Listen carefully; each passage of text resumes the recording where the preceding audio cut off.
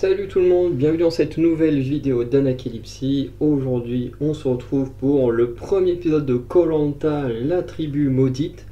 Voilà, donc épisode qui sort assez en retard parce que je l'ai regardé hier soir. Voilà, et à la base je voulais faire la vidéo, mais comme j'avais plus de batterie, j'ai pas pu le faire. Euh, du moins de la tourner comme ça. Et pour les traîtres, du coup, j'ai eu un petit problème parce que, comme vous savez, ma caméra de mon téléphone a un côté qui est cassé, avec lequel j'enregistrais avant et du coup qui donnait une qualité d'image qui était pas terrible.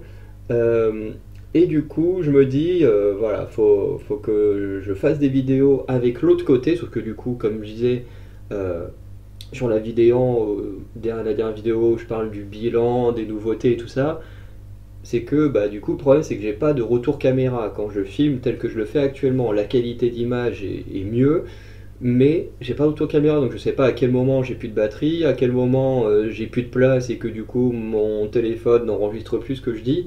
Bref, je ne sais absolument rien de ce que je fais.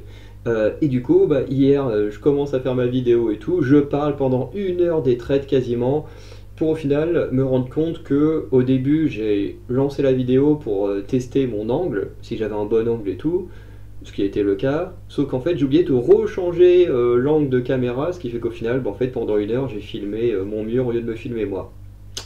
Voilà, donc c'est pour ça que les traites n'a pas une vidéo comme maintenant, mais vous inquiétez pas.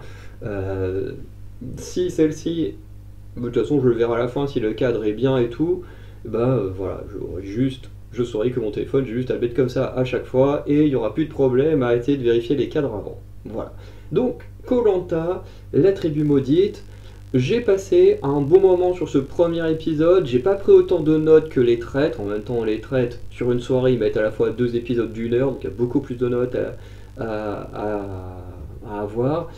Et surtout ici avec ce premier épisode de koh c'est un épisode, alors personnellement je ne suis jamais fan des premiers épisodes de koh.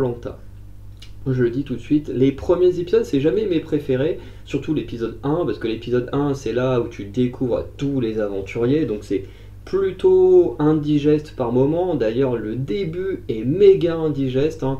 On a plein de mini-portraits de partout, en plus on sait très bien qu'on va se retaper les mêmes portraits en entier plus tard dans la saison, donc je vois pas l'intérêt d'en faire des mini maintenant pour nous les ressortir au complet plus tard. Voilà, je vois pas trop l'intérêt, parce que ça se voyait clairement qu'ils étaient cutés, hein. Il y a un portrait où t'as une personne qui parle, qui a à peine fini de parler, que le truc est déjà cuté, tu dis bon ok, on va se retaper le même truc en entier plus tard. Et en plus, en plein milieu de l'épreuve et tout, enfin bref, je vois pas trop... Enfin, je veux dire, ça casse le rythme au milieu d'une épreuve d'avoir un portrait, je vois pas du tout à quel moment au montage tu te dis ouais c'est une bonne idée. C'est pas du tout une bonne idée. Bref. Euh, Ce que j'aime pas aussi, c'est que du coup, enfin, c'est pas que j'aime pas, mais c'est que forcément, comme on découvre les aventuriers, qu'on ne les connaît pas, à moins cas rare d'être un proche de ces aventuriers-là, ou d'être fan, dans le cas de cette saison-là, ou d'un All-Star, ou l'île des héros, voilà, des personnes qui ont déjà fait une saison, mais je veux dire, dans une saison classique, tu connais personne, à part si t'es un proche de l'aventurier, donc tu connais personne. Et pour moi, les premiers 2 voire 3 premiers épisodes sont quand même assez difficiles de s'attacher aux gens, parce qu'on découvre les aventuriers. Il y en a qu'on ne voit quasiment pas à l'écran, des fois même jusqu'à quasiment la fin de la saison. Et du coup, voilà, ça met du temps de découvrir des têtes intéressantes. Surtout que l'année dernière, on commençait déjà à voir des caractères très très cool dès les premiers, deuxièmes épisodes. Là, je trouve que pour l'instant, c'est assez tranquille. On sent qu'il y a quand même des caractères, qu'il va y avoir sûrement voilà, comment dire, de l'explosion à venir. Mais, euh, mais voilà, pour l'instant, pour moi, il n'y a pas de personne qui me marque plus que ça pour l'instant. Et c'est tout à fait normal. Le premier épisode n'est pas du tout dans ce cas-là parce qu'on veut un peu présenter tout le monde, on veut un peu voilà, essayer de d'être voilà, un peu sustain quoi. On rentre pas trop, on monte pas trop de gens trop précis parce qu'ils prennent de la place quoi que ce soit. Même Hugo et Frédéric Ça, je trouvais ça bien, c'est qu'au montage, ils auraient pu être beaucoup focus sur eux parce que c'est des anciens, et au final, on va pas tant les montrer que ça. Et je trouvais ça assez intelligent dans le montage parce que j'avais peur qu'ils prennent beaucoup trop de place. Et au final, ben pas du tout, ils sont là et ils apparaissent comme les autres aventuriers, même si bon, le rapport entre eux est pas égal. Voilà, on le voit notamment avec l'équipe de Frédéric ou d'Hugo, mais plus de Frédéric parce qu'ils le disent eux-mêmes quand ils sont au conseil, que dès qu'il y a un truc qui va pas, hop, ils vont voir Frédéric, comme si c'était une figure un peu entre guillemets d'autorité. Voilà, on n'arrive pas un truc, paf, on va le voir, on va pas bien, paf, on va le voir, parce que lui il a déjà vécu l'aventure, il sait. Donc, voilà, comme je disais, dans la vidéo où je présentais les aventuriers, c'est que forcément, il y allait avoir une barrière, il y allait avoir, enfin, j'ai pas une barrière dans le sens où voilà, eux ils se mettent en mode au-dessus parce que voilà, c'est des anciens, mais parce que les autres ils les ont suivis à la télé, les ont adorés. Je crois que c'est Cassandre hein, qui dit que elle a vu Hugo quand c'était sa toute première saison, elle avait 12 ans, donc voilà, elle a vu sa première victoire, en grandissant, elle a revu apparaître dans koh la légende, donc voilà, il y a quand même des histoires comme ça et qui font que ces gens-là voient pas Hugo et Frédéric comme des lambda comme eux, mais comme des gens voilà, qui ont un truc en plus. En plus, tous les deux sont d'anciens gagnants, tout ça. Euh, ça apporte une dimension pas très égale entre les aventuriers. Ça, c'est un peu dommage. C'est pour ça que je suis pas très fan de mettre des anciens et des nouveaux. Mais on verra comment va se dérouler cette saison. Voilà, donc l'intro est un peu longue, mais voilà. Un peu pour donner mon avis global, hein, parce que de toute façon, l'épisode est sorti maintenant il y a 5 jours. Donc bon, voilà, je peux me permettre d'éviter d'être trop dans le fil de ce qui s'est passé. Donc, au début, on a les aventuriers sur les bateaux. Donc là, d'un côté les hommes, d'un côté les femmes. Ils arrivent tous. Ce qui est assez. Alors, je pense qu'ils les ont séparés pour pas savoir combien ils allaient être. Parce que les hommes, du coup, étaient 10 et les femmes devaient être 12. Puisque après, tu as juste Hugo et Frédéric en ancien, donc ils complètent entre guillemets le fait d'être 24 aventuriers. Puisqu'ils sont 10 dans chaque équipe et 4 sur la tribu maudite. Hein. Je revérifie, mais 1, 2, 3, 4, 5, 6, 7, 8, 9, 10, ouais, c'est ça. 10 dans chaque équipe, 4 en tribu maudite. La tribu maudite, on va pas en parler en mode est-ce que c'est bien ou pas. En fait, la tribu maudite, on ne saura pas avant la semaine prochaine si c'est bien ou pas. Pour l'instant, tout ce qu'on sait, c'est que c'est un lieu où c'est dur d'y vivre. Mais c'est vrai que le concept, on le découvrira que la semaine prochaine, parce qu'apparemment des gens de certaines équipes peuvent se retrouver dans la tribu maudite et d'autres quittent la tribu maudite pour rejoindre une équipe rouge, une équipe jaune. Bref, on sait pas encore tout comment ça va fonctionner et tout. Donc pour l'instant, je donnerai pas mon avis dessus. Je vais revenir des fois sur des choses qui ont été dites ou faites là-bas, mais je donnerai pas mon avis global dessus parce que globalement, on n'a pas encore assez de matière pour savoir si c'est une bonne idée comme concept ou non. Voilà. Parce que quand dans l'épisode on nous dit oui, il y en a deux qui rejoindront les équipes et d'autres qui seront éliminés, tu vois, je me suis dit ok, mais en fait le concept il peut disparaître très vite. Et ensuite plus tard ils nous redisent mais non, en fait il y en a des équipes déjà constituées qui peuvent se retrouver dans la tribu maudite et d'autres qui peuvent revenir. Donc en fait il y a un roulement voilà, qui va être à mon avis assez intéressant à suivre. Donc tout le monde arrive à la nage, à part Hugo et Frédéric qui arrivent un peu plus tard, qui observent un peu tout le monde, histoire de voir physiquement qu'est-ce que ça vaut, notamment sur une épreuve aquatique, parce qu'on sait que les épreuves aquatiques sont énormément présentes dans la partie en équipe, avec les trucs, il faut aller plonger dans l'eau, ou il faut nager pour ensuite sauter, là, frapper les trucs en l'air, là. Il y a aussi des épreuves aquatiques et mi-terrestres mi-aquatiques, enfin bref, les épreuves aquatiques, il y en a énormément à koh, beaucoup surtout sur les parties par équipe, donc c'est bien d'avoir des très très bons nageurs et tout ça dans son équipe dès le début, mais c'est bien aussi d'avoir des gens qui sont très bons aussi dans la tête. Je pense à Alexandra des 4 terres, voilà, qui physiquement faisait assez frêle et tout, mais alors par contre sur les jeux de puzzle, c'était un monstre, voilà, il avait une vision de ces jeux-là qui était incroyable.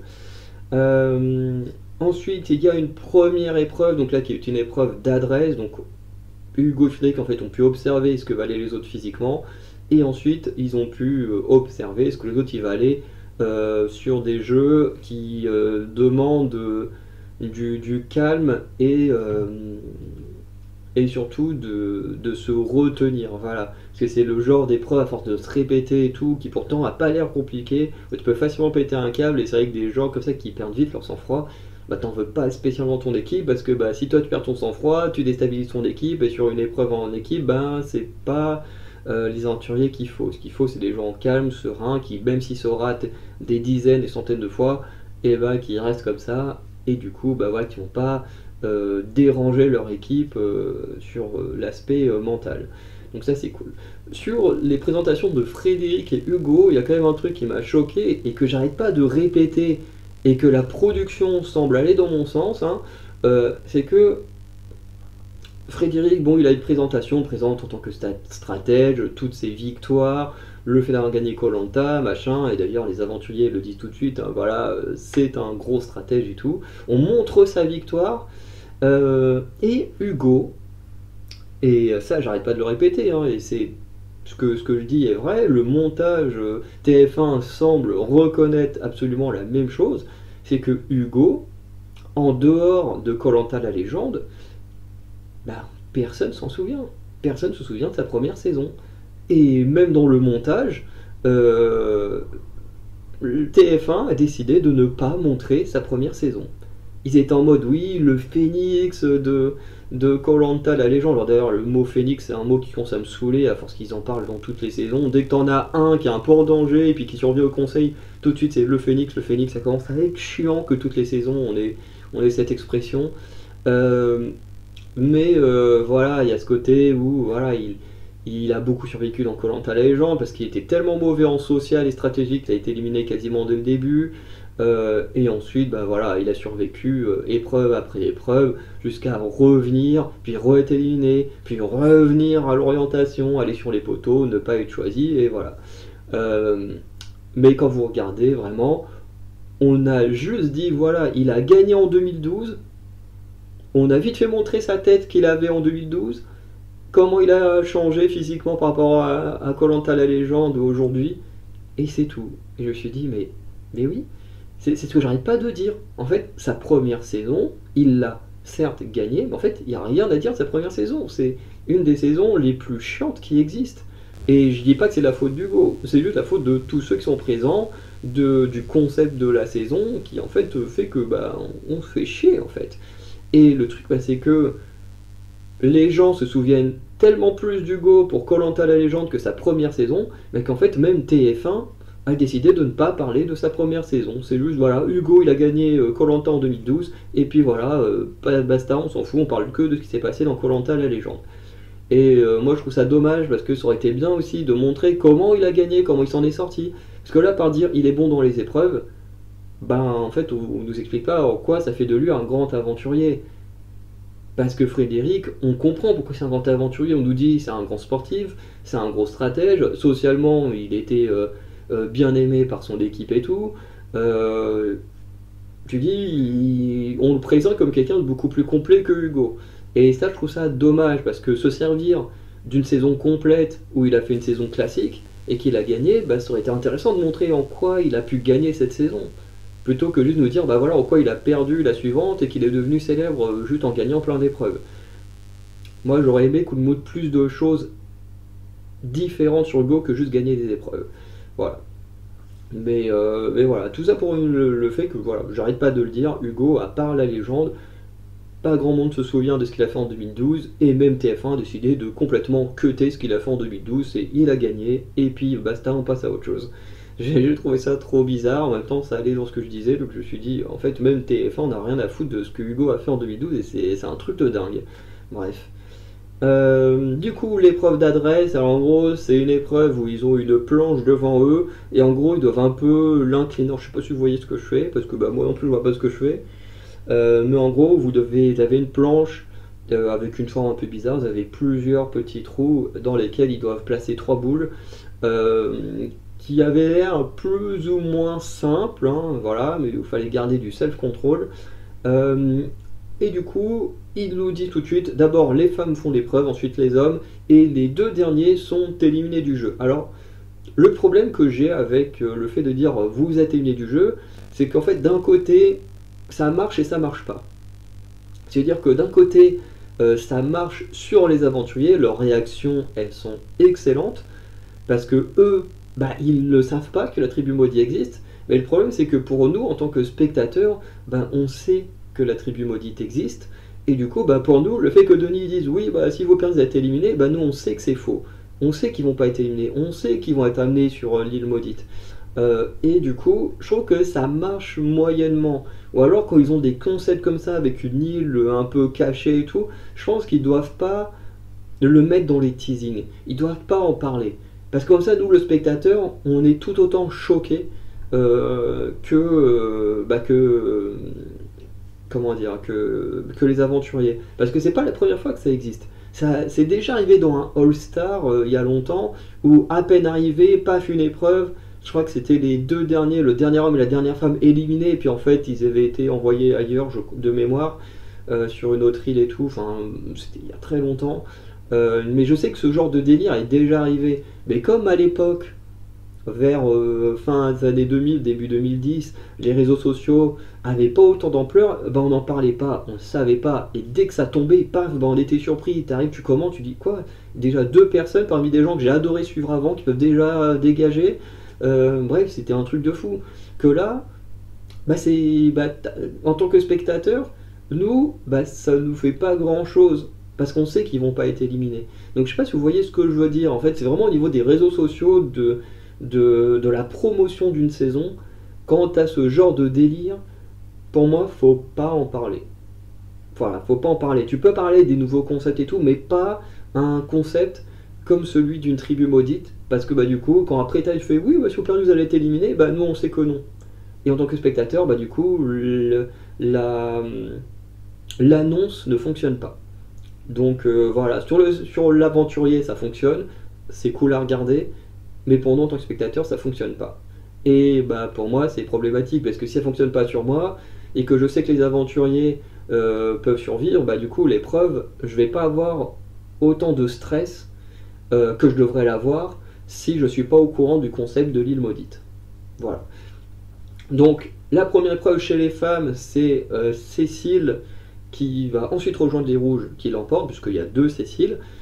N'empêche, c'est un truc, franchement, je crois que je l'ai dit dans ma vidéo où je présentais les aventuriers, mais franchement, arrêtez de mettre des gens qui ont le même nom dans koh.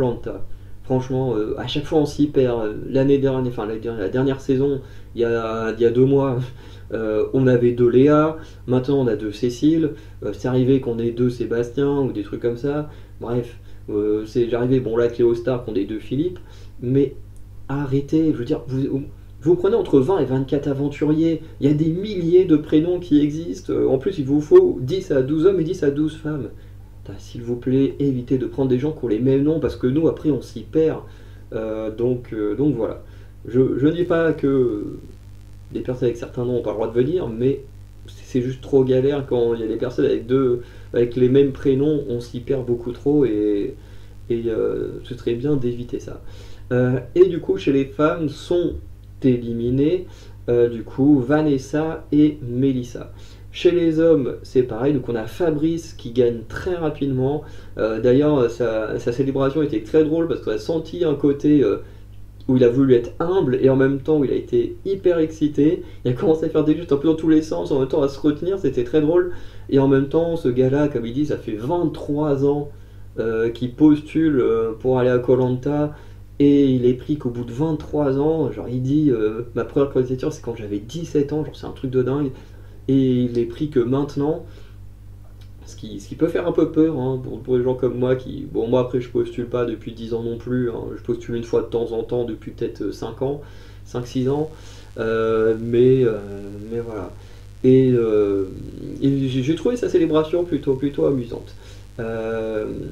Et ensuite on a Ilyes et Nathanaël du coup qui sont éliminés. D'ailleurs, je crois que c'est Ilyes hein, qui, dans son portrait, dit moi je veux marquer l'histoire en arrivant à l'orientation, pas à l'orientation, à la réunification et en gagnant toutes les épreuves pour marquer l'histoire. Et au final, boum, éliminé dès le début, enfin éliminé encore une fois entre guillemets. J'ai trouvé entre guillemets ça un peu amusant. Ensuite on a la composition des équipes, donc Frédéric et Hugo ils font un chiffouille pour savoir qui commence. Donc c'est Hugo qui commence, qui va construire son équipe qui sera rouge. Donc dedans on retrouve bien sûr Hugo, Gustin qui me fait trop rire, j'adore son accent, je sais plus s'il vient de Belgique ou de Suisse, mais j'adore son accent, il est vraiment très prononcé et franchement j'adore. On a Alexandre dont on va reparler ensuite, on a Maxime dont on va reparler ensuite, on a Harry, on a Cécile du coup qui avait gagné l'épreuve chez les femmes, on a Sarah, Cassandre, Marie et Maude. Voilà, il y en a certaines, j'ai déjà, enfin certains et certaines dont j'ai déjà oublié à quoi ils ressemblaient. Et chez l'équipe jaune, du coup, on a Frédéric, bien entendu, on a Jacques, Thibaut, Fabrice, Michel, dont on va reparler, enfin Fabrice, Michel, de toute façon, on va en reparler, Charlotte, Lola, Sophia et Emmanuel et Cécile, dont on va également reparler dans l'épisode. Ensuite, on découvre un peu le camp maudit, donc Vanessa, Melissa, Ilyes et Nathanaël, qui découvrent une île totalement hostile. Voilà, ils doivent se démerder pour survivre, démerder pour faire leur cabane, pour faire voilà, pour créer leur confort. Voilà, et ils savent pas trop encore quel va être leur avenir. Donc ça, c'est plutôt intéressant, mais il y en a une qui commence déjà à se faire mal voir par les autres, c'est Melissa. D'ailleurs, on voit dans le film de la semaine d'après que Vanessa va péter un câble sur quelqu'un sur l'île maudite. Est-ce que c'est sur un des gars ou sur Melissa, en sachant que on a déjà Nathanaël qui nous dit que Melissa est trop directive, voilà, il dit que j'aime pas trop qu'on me dirige, mais ça dépend de la façon qu'on le fait. Si on le fait bien, ça me dérange pas. Par contre, si on le fait mal, ça passe pas du tout. Et c'est vrai que je suis assez d'accord avec lui. Moi, je suis quelqu'un qui n'aime pas spécialement recevoir des ordres, mais si j'ai quelqu'un au-dessus de moi qui me dirige bien et qui le fait comme il faut, bah, ça me dérange pas plus que ça. Par contre, si tu te comportes mal avec moi, dirigeant ou pas, enfin supérieur ou pas, bon, ça peut mal se passer, quoi. Par chance, pour l'instant, j'ai toujours eu des très très bons supérieurs dans ma vie, peu importe les métiers ou que j'ai pu faire. Parce que métier ou stage, voilà. Et du coup, Melissa, comme je disais, elle se fait mal voir parce qu'elle est très directive, apparemment. Enfin, nous on le voit pas énormément, mais apparemment, voilà, elle est très, très directive. Et ça, déjà, ça passe pas auprès de Nathanaël. Est-ce que c'est ça qui fait que Vanessa va péter un câble la semaine prochaine? On sait pas. Mais j'ai hâte de voir un peu ce qui va se passer sur cette île, en sachant qu'eux, ils ont encore moins que les autres. Pour eux, à mon avis, déjà que les conditions à koh peuvent être compliquées à vivre, alors pour eux, ça doit être encore pire. Donc j'ai hâte de voir un peu comment ça va se passer. Ensuite, dans le camp des rouges, hein, comme vous savez, pour s'il y a des nouveaux, en général, quand je fais koh enfin que je parle de koh je parle toujours du retour d'épisode précédent, donc parce que chaque épisode commence par un retour de l'épisode précédent, avec les gens qui, entre guillemets, réagissent à l'élimination de la veille. Ensuite, je vois un peu ce qui se passe sur l'épreuve de confort. Ensuite, on parle un peu de ce qui se passe dans chacun des camps. Techniquement, dans l'émission, ils font un tour chez les rouges, un tour chez les jaunes, un tour chez les rouges, les jaunes, bon, après chez les bleus, quand il y a 3 équipes, ou tribu maudite dans des cas comme ça. Bref, vous voyez le principe. Mais moi, je reviens juste par bloc sur les camps. Et ensuite, épreuve d'immunité, on revient de nouveau par bloc sur les camps, conseil, et voilà. Parce que ça évite de trop partir à droite, à gauche. Donc le camp rouge, on a Maxime qui va dire un truc qui, moi, je suis pas d'accord avec lui. C'est qu'en gros, alors, je vais expliquer en quoi je suis pas d'accord. Mais Maxime nous dit qu'il préfère Hugo comme chef d'équipe parce qu'il le voit plus fort dans les épreuves, donc ça fera forcément de lui un meilleur chef d'équipe. Donc, je suis pas totalement d'accord. Déjà, une chose que Hugo va dire très intelligente, c'est que, comme il va dire, j'ai pas refait d'épreuve en équipe depuis 2012. Enfin, bon, je pense qu'il a quand même dû faire une ou deux épreuves d'équipe de Koh-Lanta Legends, mais il s'est fait éliminer tellement vite qu'effectivement, la plupart des épreuves d'équipe qu'il a faites, c'était en 2012. Donc déjà, il faut qu'il se remette dans les conditions de jouer en équipe sur les épreuves.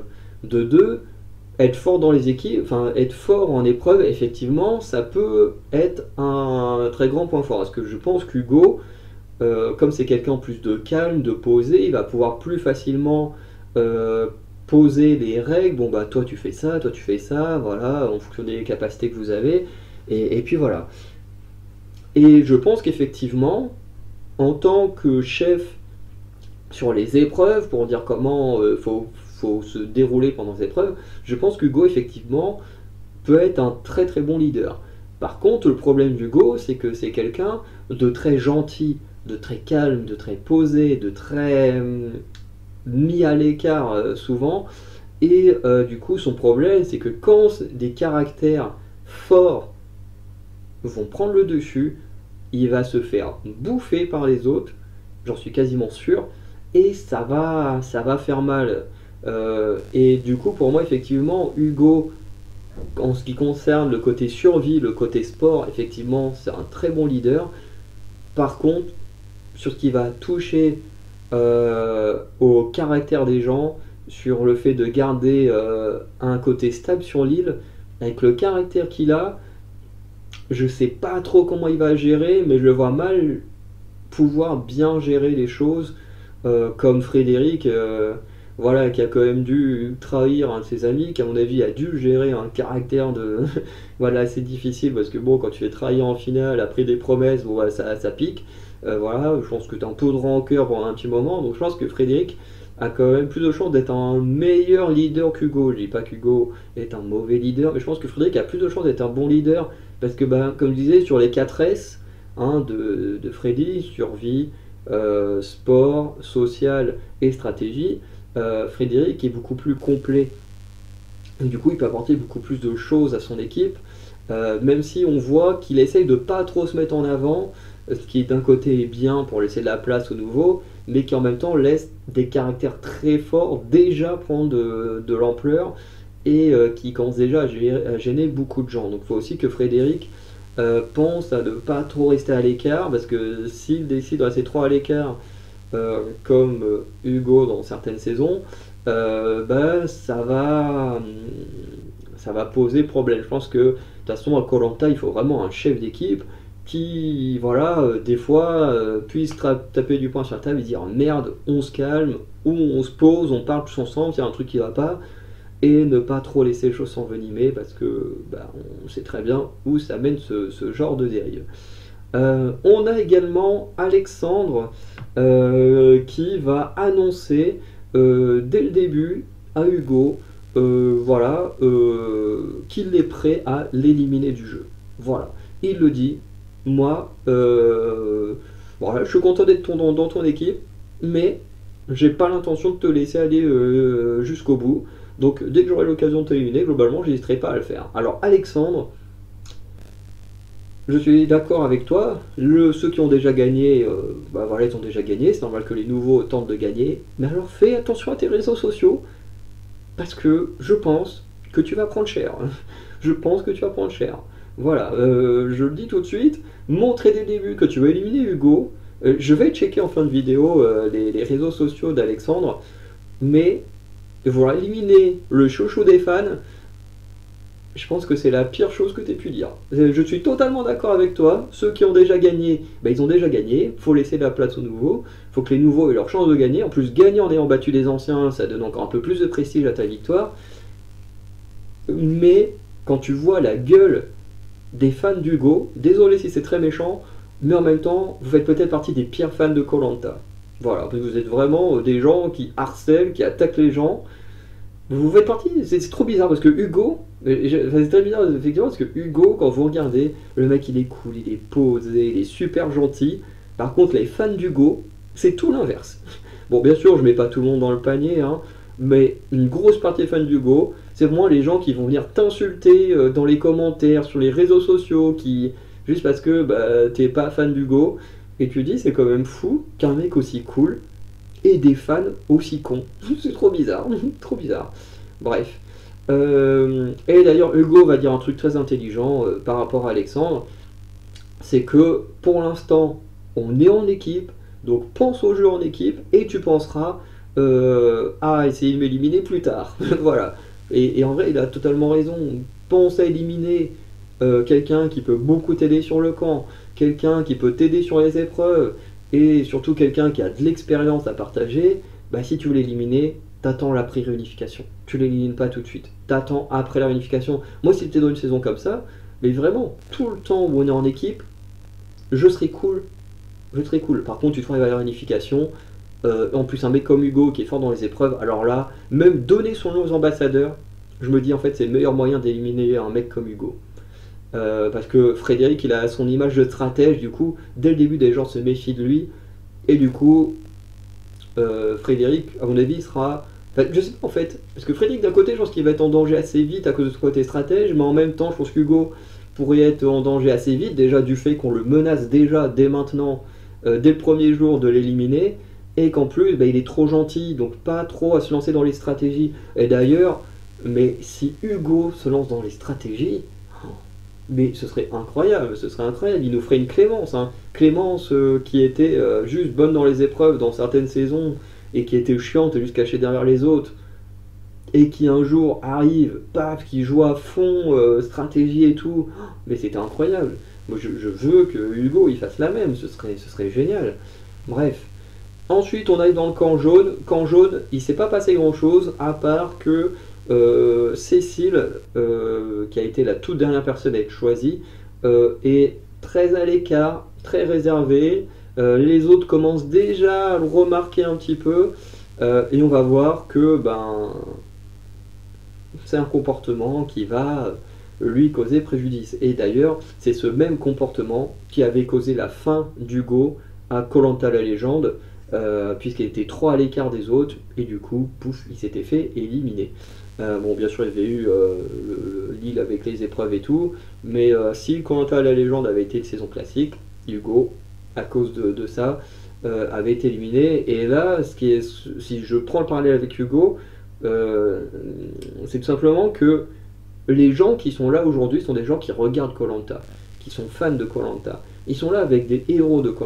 Ils ont vu leur saison. Donc même si on se souvient qu'Hugo est devenu le phénix de koh, s'il est devenu comme ça, c'est aussi parce que à cause de son manque de social et de stratégie, il avait été éliminé dès le début. Et du coup, on a des gens qui ont vu ça, qui ont vu cette aventure, et pourtant qui reproduisent les mêmes erreurs. Alors bien sûr, je me doute bien que ça doit être difficile de s'acclimater à la fois à la fin comment dire, ce que j'ai envie de dire, le climat, c'est pas vraiment le climat, mais à la survie, voilà, parce que bon, quand t'as pas encore le feu, les nuits elles doivent être hyper froides, t'es dans un environnement un peu hostile et tout, tu dois aussi t'acclimater aux autres, qui sont uniquement des gens que tu connais pas, enfin bref, on se doute bien que tout n'est pas simple quand tu arrives à koh, mais voilà, au bout d'un moment, il faut quand même se faire un peu violence si tu veux rester dans le jeu. Moi, je sais que l'aspect social, c'est peut-être le truc le plus dur si je devais aller à koh. Moi, parler à des gens que je connais pas, c'est quelque chose que j'arrive pas à faire. Et du coup, si un jour je suis prêt à koh, je me retrouve là, paf, avec une vingtaine ou une dizaine, ça dépend du nombre de personnes qui y aurait dans la saison, de personnes que je connais absolument pas, et qui je devrais absolument parler assez rapidement, parce que sinon je dégagerai si je leur parle pas, enfin bref.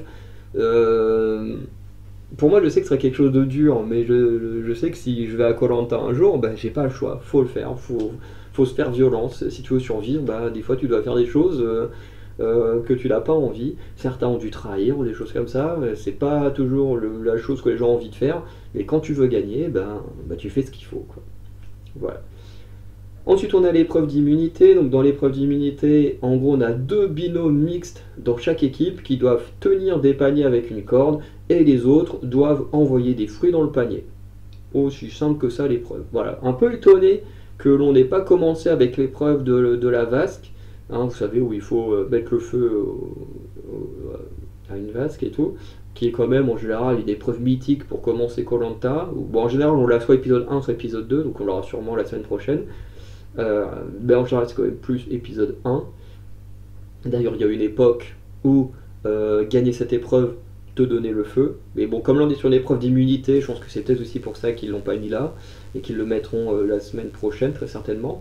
Parce que là, pour l'épreuve d'immunité, c'est toi, c'est sympa, mais en même temps, toi, tu te dis, ouais, c'est pas non plus la meilleure épreuve qui existe, quoi. C'est juste, t'en as deux qui restent comme ça, enfin quatre qui restent comme ça à tenir un panier, d'autres qui prennent juste des noix de coco et hop là qui se prennent pour Michael Jordan. Donc, bref, c'est sympa, voilà, sans être la meilleure épreuve qu'on ait vue, quoi. Mais du coup, dans les binômes, chez les rouges, on aura Frédéric et Lola, ainsi que Sophia et Thibaut. Et chez les jaunes, du coup, on aura Hugo et Marie avec, alors je sais pas si on dit Gustin ou Gustine, on va dire Gustin et Cassandre pour les jaunes. Et du coup, on a Frédéric et Lola qui vont faire tomber leur panier en premier, puis, comment il s'appelle, Sophia et Thibaut. Du coup, les jaunes l'emportent. Les jaunes qui. Non, les rouges, parce que oui, l'équipe d'Hugo c'est les rouges. Les rouges qui l'emportent, qui ont été totalement meilleurs sur les tirs avec les noix de coco. En même temps, ils avaient une meuf qui a fait du basket pendant plus de 20 ans. Je sais plus c'est qui, Alexandre, qui a réussi à mettre 6 à 7 noix de coco d'affilée. Bref, chapeau à eux. Voilà, très belle performance. C'est vrai que les jaunes, eux, ont eu beaucoup plus de mal à marquer des paniers, si on peut dire ça comme ça. Et du coup, bah, on fait perdre leur équipe. D'ailleurs, Fabrice va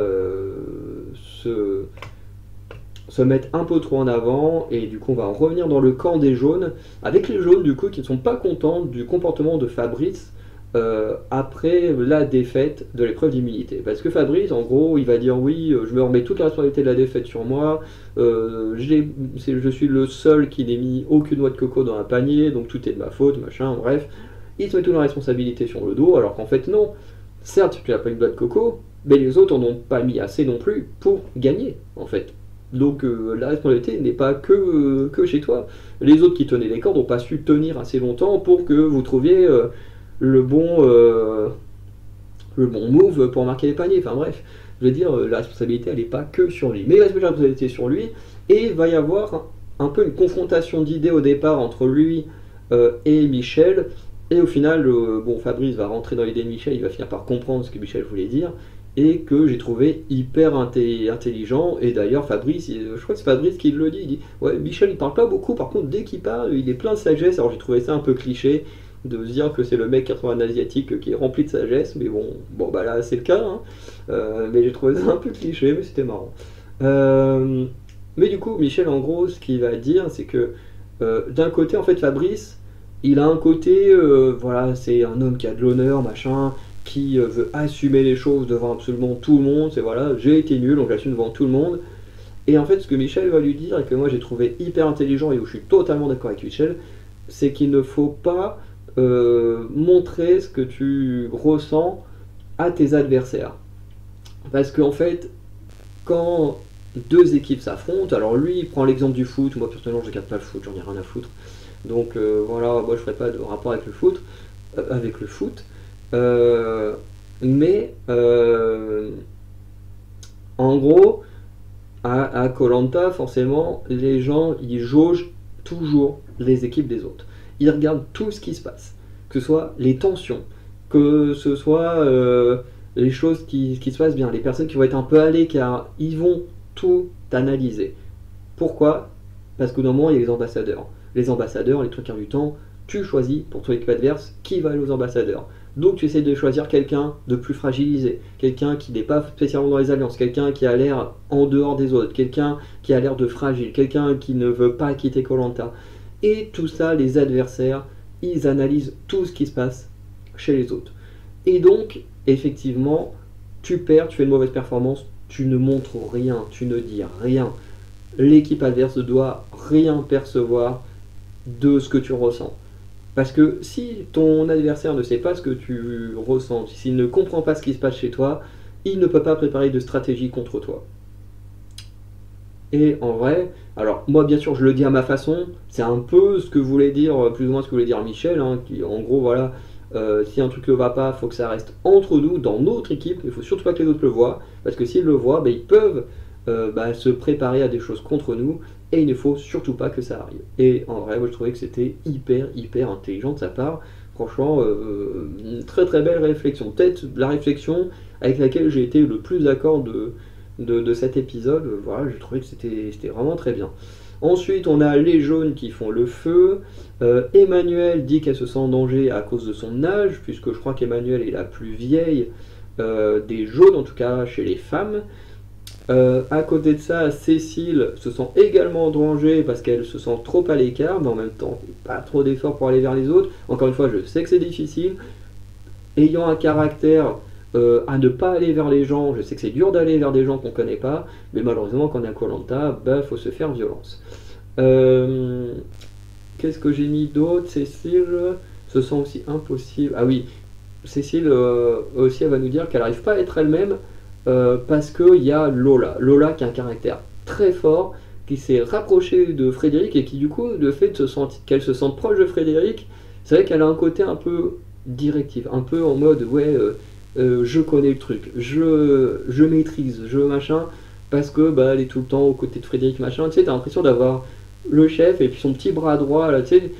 Je vais faire une référence, je dis pas que c'est comme ça. Vous savez, quand t'as le méchant, tu vois, qui fait son truc, il a toujours le bas droit un peu plus, qui aboie un peu plus que le méchant, et puis voilà, qu'on voit plus, et tout ça, qui agace plus, même limite que le méchant parfois.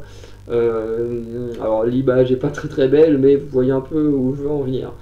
Et, euh, et du coup, il y a un peu ce côté-là, parce que Frédéric, lui, il est posé, il est cool, et à côté de ça, il y a Lola voilà, qui est à côté, t'as l'impression que c'est son bras droit, et puis qui du coup a un caractère très fort et qui déplaît à beaucoup de monde. Parce que Cécile le dit en première, et puis après on voit plein d'autres qui sont en mode ouais, le caractère de Lola, très directif, machin, fort caractère et tout, ça va pas le faire. Donc Lola, va falloir qu'elle fasse attention. Parce que en plus elle est à côté d'un gars très stratège, donc voilà, faut qu'elle fasse attention. Parce que si pour avoir une bonne cohésion d'équipe, elle doit partir, je pense que même si elle a l'air très forte physiquement, je pense que Frédéric hésiterait moins qu'Hugo à l'éliminer.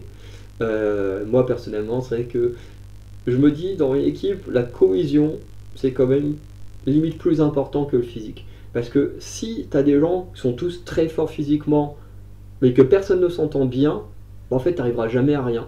Alors que si tu as des gens qui sont moins forts physiquement, moins sportifs, mais que tout le monde a une très bonne cohésion, bah, je pense qu'ils iront plus loin.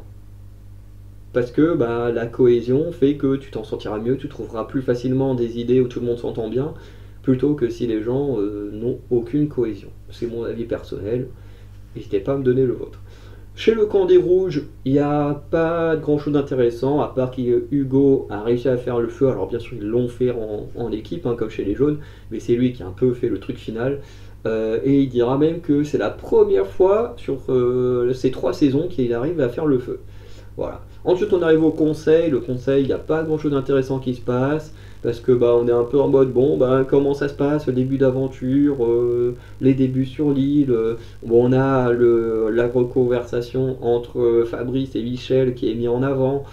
Bref, on en a déjà parlé, il ne se passe pas grand chose d'intéressant. Du coup, on aura 6 votes pour Cécile, 3 votes pour Emmanuel, qui finalement avait un peu raison de se sentir en danger, un vote pour Fabrice, et du coup, Cécile est éliminée, première éliminée, tout simplement parce qu'elle était trop à l'écart des autres. Voilà, parce que à mon avis, parce que je crois qu'en plus, physiquement, elle était pas mauvaise, hein. Je crois que c'était même la meilleure en natation de toutes les femmes. Je crois que c'est ce qu'ils disent, hein. Première arrivée en natation, dernière sélectionnée, je crois qu'ils disent un truc comme ça, quand elle se retrouve dans l'équipe de Frédéric au début de l'épisode. Ce qui fait que, c'est ce que je disais en fait, quelqu'un de fort, s'il ne s'adapte pas à l'équipe, ça ne crée pas une bonne cohésion, bah, tu peux pas le garder dans l'équipe. Et du coup, bah, c'est le choix que les jaunes, enfin que les roux, non, oui, les jaunes ont fait. Voilà. Donc, première éliminée, Cécile. C'est dommage pour elle, mais bon, c'est la dure réalité de koh, c'est que bah voilà, il y a toujours une personne qui a été élue en premier.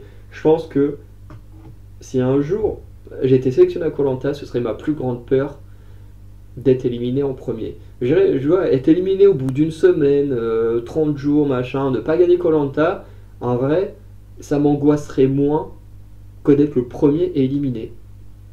Je sais pas pourquoi. Par exemple, je sais pas, genre si ton équipe elle gagne genre les 2-3 premières immunités, puis au final t'es comme le premier de ton équipe, ça me dérangerait moins. Mais être le premier de l'émission, ça me ferait trop peur. En vrai, ça me ferait trop peur. Je me dirais, putain, je viens, je fais 3 jours, je m'en vais. Qu'est-ce que j'ai raté sur les débuts pour partir. Alors que plus tu vas loin, bon, bah, effectivement, plus tu as de chances de faire des erreurs avec les alliances, les machins et tout. Mais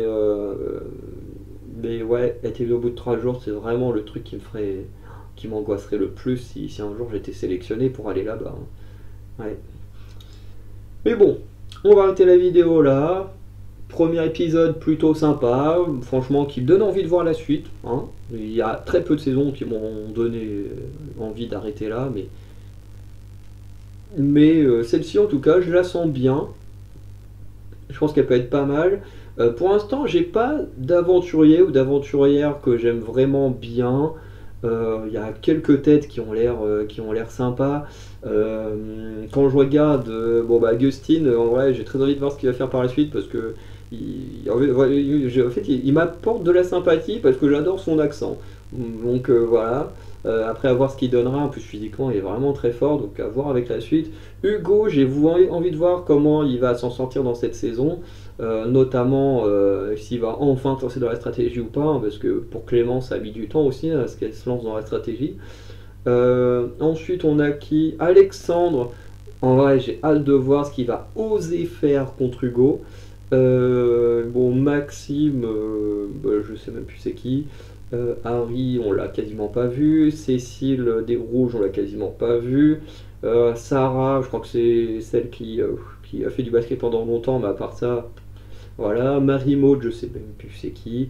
Cassandre, j'ai trouvé qu'il y a eu un moment qui m'a donné du malaise. C'est quand elle est sélectionnée par l'équipe d'Hugo, où, genre, quand les gens ont été sélectionnés, à chaque fois, Hugo, Frédéric, ils font ce que moi j'aurais fait à leur place et appeler les gens soit par la couleur de leur sac à dos, soit par la couleur de leur t-shirt. Moi j'aurais fait exactement la même chose, hein. Moi, j'aurais fait aller t-shirt blanc, t-shirt jaune, t-shirt machin. Je pense que voilà, quand tu connais pas les gens, tu connais pas leur nom, je pense que j'aurais fait exactement la même. Euh, et, euh, et le truc, c'est que quand les gens ils étaient sélectionnés, voilà, Denis disait juste leur nom. Ils font bon bah voilà, ça je sais pas, c'est Cécile, ça c'est Marie, ça c'est Harry, ça c'est Michel, enfin bref. Ou même quand à chaque fois il restait plus qu'un homme et une femme, ils faisaient bon bah voilà, il reste plus que Michel et machin. Parce que je sais plus qui était en dernier avec Michel, bref. Euh, mais voilà. Et le truc, c'est que quand c'est Cassandre qui a été sélectionnée, là tout de suite il y a une remarque en mode ouais, Cassandre, votre sourire, machin. Alors je sais plus quel adjectif il a utilisé, mais vraiment c'était très gênant que pour elle, il la décrive un peu plus que les autres pour qui il donnait juste le nom, quoi. Ça m'a mis un peu mal à l'aise. Je dis pourquoi est-ce que. Bon, en vrai, on se doute bien pourquoi, hein. En plus, on l'a parfois filmé pour rien. Genre, il y a un moment, on reste assez longtemps sur elle juste pour qu'elle dise bah, peut-être ce matin on a mangé ça, ça, ça. Ah oui, on a mangé ça. Tu dis ok, pourquoi reste longtemps là-dessus, hein, la production. En vrai, on se doute très bien, c'est une fille qui est très mignonne, donc forcément on la met un peu plus en avant. Je trouve ça un peu dommage. Alors après, ça se trouve, elle a fait des très bonnes choses par la suite. Mais en vrai, les interventions de Cassandre n'étaient pas bah, en fait, les plus intéressantes. Et pourtant, par moment, on est resté longtemps là-dessus, donc il y avait peut-être des choses plus intéressantes à montrer. Voilà. Mais Cassandre, moi, il y a une chose qui m'intéresse, mais qui n'est pas dans l'aventure, c'est que Cassandre, c'est la meuf qui a écrit des romans. Et en vrai, ça m'a frustré dans son portrait, tu vois, qu'elle ait les bouquins en main, mais qu'on ne voie pas les couvertures, les noms des bouquins. Moi, comme j'adore lire des bouquins, moi je me suis dit, j'aurais aimé savoir quel genre de choses elle écrit. Alors, c'est sûr, parce qu'elle n'a rien à voir avec koh, mais au moins qu'on puisse voir la tranche, voir son style d'écriture. Mais après, parce que moi je fais beaucoup d'écriture, donc forcément avoir une romancière à koh ben forcément c'est quelque chose qui m'intéresse. En fait, plus pour lire ses romans que pour l'instant son aventure, qui peut-être sera très bonne, peut-être ne sera pas ouf, on verra par la suite. Dans l'autre équipe, bon, Frédéric, moi j'aime beaucoup, hein, sportif, stratège, forcément, ça m'intéresse. Jacques, je sais plus c'est qui, Thibaut, je sais plus c'est qui, Fabrice, en fait je sens que Fabrice est quelqu'un qui peut vite m'agacer, parce que c'est quelqu'un en fait qui d'un côté a l'air très cool et en même temps est très émotif, et c'est que les gens trop émotifs ça a tendance à vite m'agacer, mais il a l'air quand même plutôt sympathique. Michel, il m'intéresse pas mal aussi parce que, comme il disait, il est très discret, mais il a toujours des bonnes choses à dire et tout. Donc Michel, ça m'intéresse. En plus, lui-même, quand il se vend pas comme étant quelqu'un de fort dans les domaines qu'il faut pour être à koh. Il est plutôt banal, mais pourtant, au niveau de la parole, il a un petit truc et franchement, j'ai hâte de voir ce qu'il va donner. Charlotte, je sais plus c'est qui, Lola, en fait, toutes les filles, en fait, je sais pas c'est qui. Du côté de la tribu maudite, bon, Ilyes, Nathanaël, pas grand chose à dire pour l'instant, mais Mélissa, pas grand chose à dire pour l'instant. Mais il y a le cas Vanessa qui m'a déçu. Alors, Vanessa, comme j'ai dit dans ma vidéo où j'ai présenté les aventuriers, pour ceux qui n'auraient pas eu cette vidéo là, en fait, Vanessa, c'est une personne que je ne connais pas personnellement. Bien sûr, hein, je lui ai jamais parlé, je ne la connais pas personnellement, mais je la suis depuis au moins 10-15 ans sur Facebook. Voilà, parce que j'aime bien les danseurs, les danseuses, c'est quelque chose qui me passionne la danse, à regarder. Notamment, il y a très longtemps, j'étais tombé sur sa page Facebook, je m'étais abonné, et du coup, ça fait 10-15 ans bah, que je suis tous ces trucs en rapport avec la danse. Et du coup, bah, quand j'ai vu que c'était elle qui était là à koh, je me suis dit, oh, trop cool, quelqu'un que je suis depuis des années sur les réseaux sociaux qui arrive à koh, bah, c'est trop cool. Enfin, je veux dire, c'est quelque chose auquel je m'attendais, mais absolument pas en fait. Et je me dis, c'est cool. Et au final, on arrive à koh, paf, elle perd direct la première épreuve. Elle a des risques du coup de partir très tôt si elle n'arrive pas à sortir de la tribu maudite. Donc, pour l'instant, je suis un peu déçu du départ de Vanessa. Je dis pas que j'en attendais beaucoup, mais étant une personne bah, que, entre guillemets, je connaissais en la suivant sur les réseaux sociaux depuis des années, ben j'aurais aimé la suivre directement dans les équipes, suivre son aventure. Mais si ça se trouve, elle va nous faire une masterclass en sortant de la tribu maudite et en allant très loin après, hein, c'est fort possible. Mais c'est vrai que pour son début, bah voilà, j'ai eu une petite déception. Voilà. On va vite faire garder un truc comme c'est qui ça? C'est ma mère. Ah oui, c'est ma mère. Bref. Tac. Qu'est-ce que je voulais écrire? Oui, Alexandre.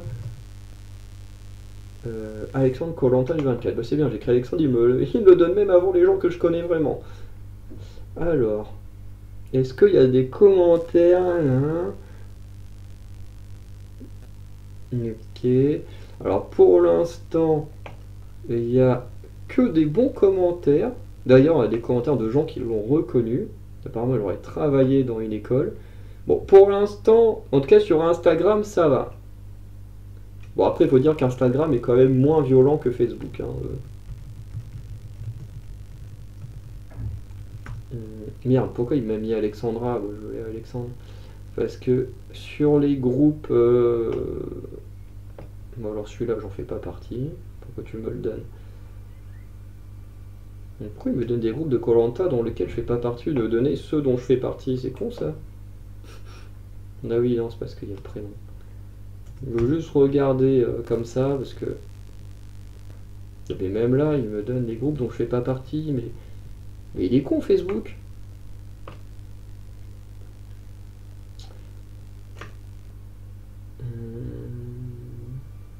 Aucun nordiste, comme d'habitude, région parisienne et au sud favorisée.